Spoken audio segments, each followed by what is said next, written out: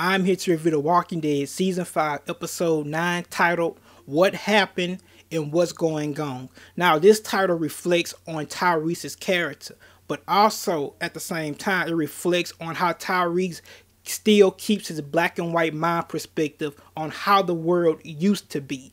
It is also telling us as viewers, as watchers, that Tyrese's character don't want to learn how to adapt and change to the new world that's going on right now. And when he was talking to the governor, he says this to the governor. He tells the governor, I know what happened and I know what's going on. So that was letting the governor know, I know what was going on. I know what was happening, but I'm not going to change. I am not willing to adapt to this new world and change for this new world in order to survive. But at the same time, he felt that he could survive by not doing that. So that's the symbolic meaning of this title, of this episode. Now, in this episode, it gets revealed. Once Rick and his group ends up going back to Noah's hometown, which is Virginia, they end up going to Noah's community where he used to stay at, and that is the Shire Wilt Estates community. They end up going in there, and Noah ends up finding everybody that was once living in that community is now dead. And you can tell that whoever did this, they love to mess with fire because they had burnt down all the houses. They had burnt some people up and left their bodies in the middle of the road. But at the same time, they used machetes to kill some of the people that was in that community. Perfect example. Look at Noah's mother. Look at the way she was killed. Look at the blow on top of her head. You can tell that a machete was put through her head. Now, you can see some symbolic meaning through that scene, through another scene that we saw Rick in, because remember when Noah was in trouble, he was on the porch howling for help, and Rick ends up coming to save him, Rick, Michonne, and Glenn. Remember when Rick takes his machete and he stabs it in the zombie head. You see how the zombie falls on the ground laying there dead. Now, you see how the camera stays on that zombie, and you can see the machete wound or the machete blow that Rick had did to him. You can see he's cut wide open on the top of his head. Now, Noah's mother has that same blow to her head. So that lets you know that whoever did this, they use the machetes to amputate people's arms off, to decapitate their bodies, cut their heads off. But they also use the machetes to kill them. Because like I said about Noah's mother, you can tell by the wound to her head that it was a machete wound to her head. And also, if you didn't notice this, when Rick and his group was pulling out of the woods trying to leave the community at the end of the episode, you will see Rick and his group, they ends up hitting the back of a vehicle. Now, once they hit the back of their vehicle, a whole bunch of bodies fall out the back of their vehicle, and it has a W marked on top of their head. Now, if you paid attention to this in the beginning of the episode, you would see once Rick and his group arrives to the community, you can see some writing on the wall or the bricks, and on the bricks it says "Wolves not far." Now, the W on the people's head means wolves. So that means this group, this terrorizing group, who's ever doing this, must call themselves wolves. Or, remember, on the radio that Tyrese was hallucinating about, they did state that these people is on a war path. Now, the W could mean wolves as a group, that's their name, or it could mean the W for war. Now, this scene right here is very important to me because I love this scene and I love the symbolic meaning behind this scene. When Rick and Glenn was talking at the house, Rick was telling Glenn that no matter what happened, he wanted the kill done. It don't matter about Beth. It didn't matter about any of that, about saving Beth. He still wanted the kill done. Even if the trade would have went successfully, he still wanted to kill her. And you can see how these characters has changed. And I love the two symbolic meanings that we got in that scene. I don't know if anybody paid attention to that scene, but there was two symbolic meanings in that scene.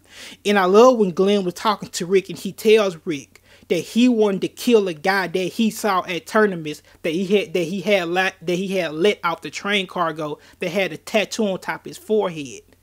Now, let me break down the symbolic meanings behind that scene when Rick and Glenn was talking. The first symbolic meaning was, and if you understand the Walking Dead theme, you would know that the Walking Dead revolves around human beings, but also at the same time, these people are put into a dying civilization to watch how much of their humanity melt within that dying civilization.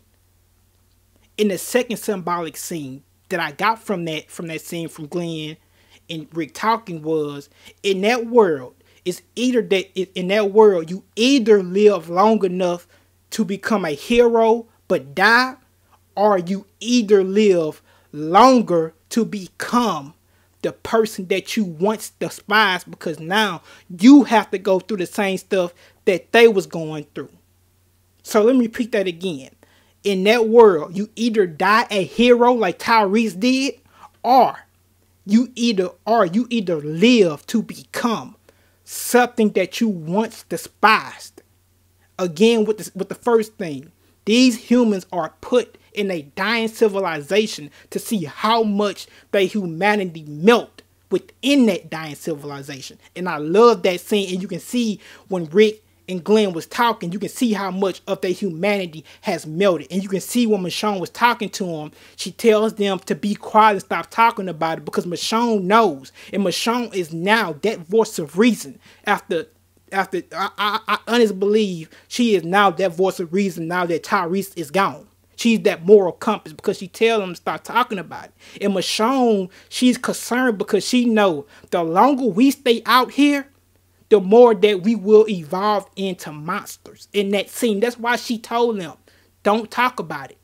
Be quiet. Because the longer we stay out here, the more we become the same monsters that we once despised. And another scene that I love in this episode is when Glenn was talking to Rick and Michonne. And Michonne was talking about that they could turn that place into a community. And she ends up going over there, seeing a whole bunch of zombies with their torsos missing, upper torsos. And you see the lower torsos of the zombies. You can tell that they have been decapitated. Arms has been amputated also. And I love when Glenn was talking to Rick, because I love how Glenn keeps Hershel's ideologies to himself, but at the same time, he's still inspired by Hershel's words. Because when Glenn had saw those dead bodies in that field, in the woods, he looks at Rick and he tells Rick, listen to exactly what I'm about to say because I love this part. He tells Rick, it doesn't matter if you would have never killed her or not. A lot of people didn't get that scene when he tells Rick, it doesn't matter if you would have never killed her or not. Now, if you remember in The Walking Dead Season 3, when Hershel was talking to Glenn in the prison, Glenn was telling Hershel, he says, I don't like Merle because of what Merle did and because of the person that Merle is. And I never forget Hershel's words, and I love that scene. Hershel tells Glenn, no matter where you go, no matter what you do, there will always be another Merle Dixon out there. There will always be another person like Merle. So Merle himself will not be the last person that you run into that's like him. You will run into somebody else like that, run into somebody else out there that's just like Merle. Now, go back to that scene when Glenn is telling Rick. He tells Rick, it doesn't matter. When he looked at those bodies, he tells Rick, it doesn't matter if you would have killed Dunn or not. The symbolic meaning behind that scene was, it doesn't matter if you would have killed Dunn or not, because it's more people out there like Dunn. Just because you kill her don't mean you're going to kill you're going to free this world of people like Dunn. There's more people out there like her. Look at these dead bodies right here. And I love that scene. Man, I love it. And next, man, I love the more realistic writing for Michonne's character, because now Michonne has evolved into more of a human being, and she knows she needs people now, but at the same time Michonne knows she needs shelter. It's not all about Michonne anymore, and I love how she evolved. And now she's concerned about shelter, about finding some place to go, because she don't want to be out there. She don't want to become those people that we saw, or we didn't see, but we saw what those people did to those people at the Shire Wilk community. And she was talking to Rick. I love that scene. She tells Rick, what if there's people out there? She's telling Rick about going to Washington, D.C. She says, what if there's people out there? She said, what if there's a place we could be safe? We're 100 miles away. 100 miles away. And she said it's a possibility, it's a chance, instead of just being out here, instead of just making it. Because right now this is what making it looks like. And she looks at the bodies when she says right now this is what making it looks like. And I love, a lot of people don't bring this up about how Michonne used to not want to be stuck in one spot. Because I remember her talking to Andrea about Woodbury, and I love the dialogue between them two. When she was talking to Andrea tells Michonne and Woodbury in season 3, she says, I practically begged the governor to let you stay here. And Michonne replies, I didn't ask for that. And then Andrea replies back, you didn't have to. That's what friends do for each other. And then Michonne replies, it goes both ways. And then Andrea replies, so you want to run a round out there with walkers on chains, eating twigs? And then Andrea also goes on to say, I mean, is that right? And then Michonne replies, but we held our own out there. And then this the dialogue that really gets me. And I love this from Andrea. And I love how that dialogue from Andrea now applies to Michonne, because now she see what Andrea was talking about. Andrea replies back after Michonne says, we held our own out there. Andrea says, 8 months. 8 months on the road, moving place to place, scavenging, living in a meat locker. That was no life. And then the way she says it, listen to the tone of Andrea's voice, the way she says, I'm tired. I'm tired. Now, look how Michonne said it in this episode. Listen to the way she said, the tone of her voice. This woman is really tired. Now she see what Andrea was going through when Andrea wanted to stay at Woodbury. Now she finally sees that. Because again, Andrea says, I'm tired. I don't have another 8 months in me. Not like that. And I love that fucking scene. That scene was excellent. Now this scene applies to Michonne's character. Now she see how it is. Now let's talk about Tyrese's death. I love Chad Coleman's performance in this episode. Very emotional. Very bittersweet. I love Chad Coleman's performance in this episode. Now, Tyrese, as I stated before, is a character who has a black and white mind perspective. And I love at the end of the episode because Tyrese was talking to Noah in the car.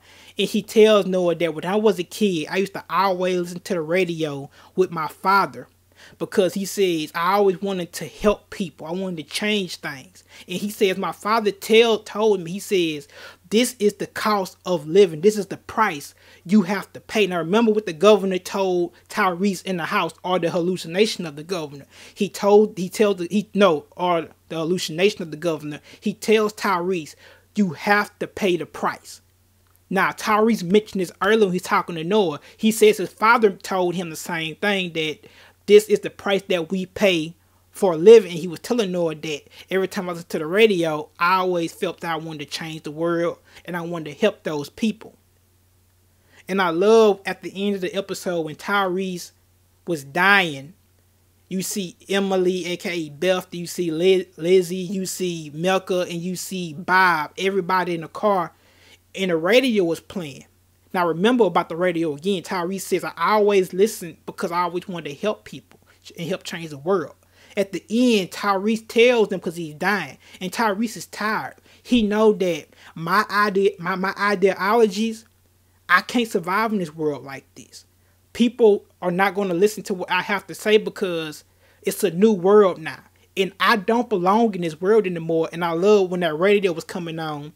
He realized that he couldn't make that change when he was in the car with Rick driving off with his arm amputated when he was dying. So he tells Bob, he says, cut the radio off. And then Bob looks back at him. He says, are you sure about that? And Tyrese say, yeah, because he know it was his time. And as soon as Bob cut the radio off, he ends up dying because now he don't have to suffer through that anymore. He don't have to try to change the world for a better place.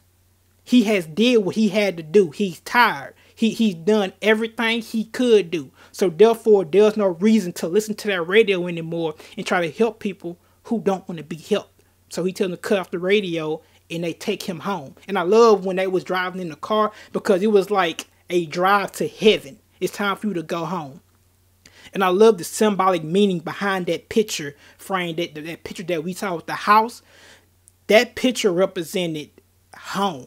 It's time to go home. It's time for Tyrese to go home. And you can see how he kept trying to avoid that. But that picture came into fruition of him going home. That's the reason why you saw the picture, you kept seeing blood pour on it. It's because he was denying it at that point and blood kept pouring on it. But after that, the picture representing gave a foreshadowing of Tyrese finally going home. And I love when Tyrese goes into the room of where Noah's twin brothers used to sleep in. He goes into the room. Now, if you didn't notice this, on the door of that room, it has dead end. It has a stop sign that says dead end on the door of the room. That means that it was Tyrese's time to go. Dead end means it's time, and that's where he got bitten at. That's where he was dying at, in that room, but also on that door of that room that had dead end on that door. Now, I love the other scenes when you had the governor, you had Martin, and you had Bob, you had Lizzie, you had Mecca, and you had Beth talking to Tyrese. It's like when you have a conscience and you have the devil on your side and you have the angel on the other side of your shoulder and they arguing with each other, trying to convince you to do the good thing or the bad thing. But also with that scene, I love when Bob was talking to Tyrese and Martin was telling Tyrese about that if he would have changed and adapted to that world, that Bob might be alive. And Bob says, no, that's bullshit. It worked the way it had to. And then he also goes on to say it was always in a way it was going to. Now remember, Tyrese told Noah this in the car when they was driving to the community. When Noah was talking about how the trade didn't go successfully and Beth ended up dying. Tyrese tells Noah the same thing before Bob even says this. Tyrese says it worked the way it had to. The way it was always going to. And I just love that scene. I loved it because, like I said, it's like devils fighting with angels on your shoulder about your conscience. And Tyrese, in that room, Tyrese was going through a phase of him now facing the stuff that he thought he should have did. Because now you have Martin, you have Tyrese. Now, you have Martin there to tell Tyrese, if you would have killed me, Gary would have never found child at the church. That was his conscience, and now Tyrese was finally facing that. He was finally facing those judgments that he always had a eternal struggle about the choices he should have made. He was facing those choices, those struggles at that time. And when you saw him pick the Bob side and Beth's side, it told you that he's not struggling with his decisions anymore. He don't regret those decisions anymore. He's at peace with who he is now. And I love that scene. And before I go, I love how, a lot of people didn't catch on to this, I love how Dale ideologies evolved on to Tyrese without Tyrese even knowing, because Tyrese didn't know Dale. And I love this scene, man, because when Tyrese was talking about the good person that he was, remember when Dale and Shane, when Shane had confronted Dale in The Walking Dead Season 2 about the guns that he had took from the farm? Shane walks up to Dale in the woods by a swamp, and he tells Dale, you're pretty much dead already. Pretty much insisting that the way you think, your black and white mind perspective would not allow you to live in this world because you don't want to evolve, you don't want to change, you don't want to adapt to the new world that we're living in.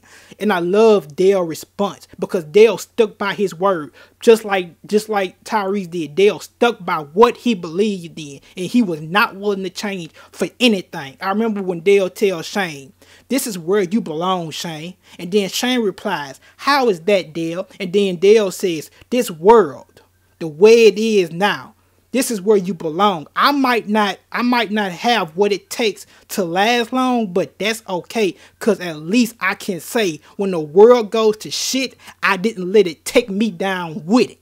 And I love that fucking dialogue, y'all. That shit was amazing. So there was this right here was an amazing scene. This episode was amazing. R.I.P. Chad Coleman performance. It was excellent. I love every moment about it. My stupid ass phone. And I love when Michonne sees the house. Another meaning that I forgot to mention. When they're driving by the house, you can see how Michonne sees an empty house. And that meaning, that symbolic meaning was Michonne is tired. Because the way she looked at the house, it's like she's looking for a place to stay now. That empty house, old torn down house, it's like that symbolic meaning behind that part was she was looking for a place to stay. She's tired of running. And I love how Michonne steps up and takes the responsibility of taking Tyrese out, and she stabs Tyrese in the side of his temple the side of his head with her katana blade and finish him off because he already had died and they didn't want him to turn. So amazing performance by Chad Coleman. I had my irks and stuff about it because I felt like he died too fast. I felt like his death was kind of rushed, but also it was unexpected, so it was kind of like a surprise. And I felt like Noah should have died because Noah at this point reminds me of a Jinx. He reminds me of how a Bob, because Bob just think he was a Jinx, and Noah reminds me of a Jinx. Okay, Beth got shot. Now because of you wanting to run into your house and look for your family or see or face the fact that they dead, Tyrese got bit behind it. And I love when Tyrese looked at his brother's pictures, and that what got him. Because, like I said, amazing episode. Noah is kind of a Jinx. I hope they take him out of that phase soon because I don't like Jinx and Walking Dead. And then, like I said, I felt like his death was rushed. It was too soon. The acting, Chad Coleman acting was amazing this episode. Every time they had a conversation in a room, Chad Coleman always had a rebuttal. Tyrese always had a rebuttal to come back at. Anytime the governor told him something, he thought about it, but then he always rebuttal. He always had something to say. And it's like two people had a point to prove with him, Bob, and the governor, and Martin. It was an amazing episode. Hope you guys enjoyed it. Have a blessed day, and peace.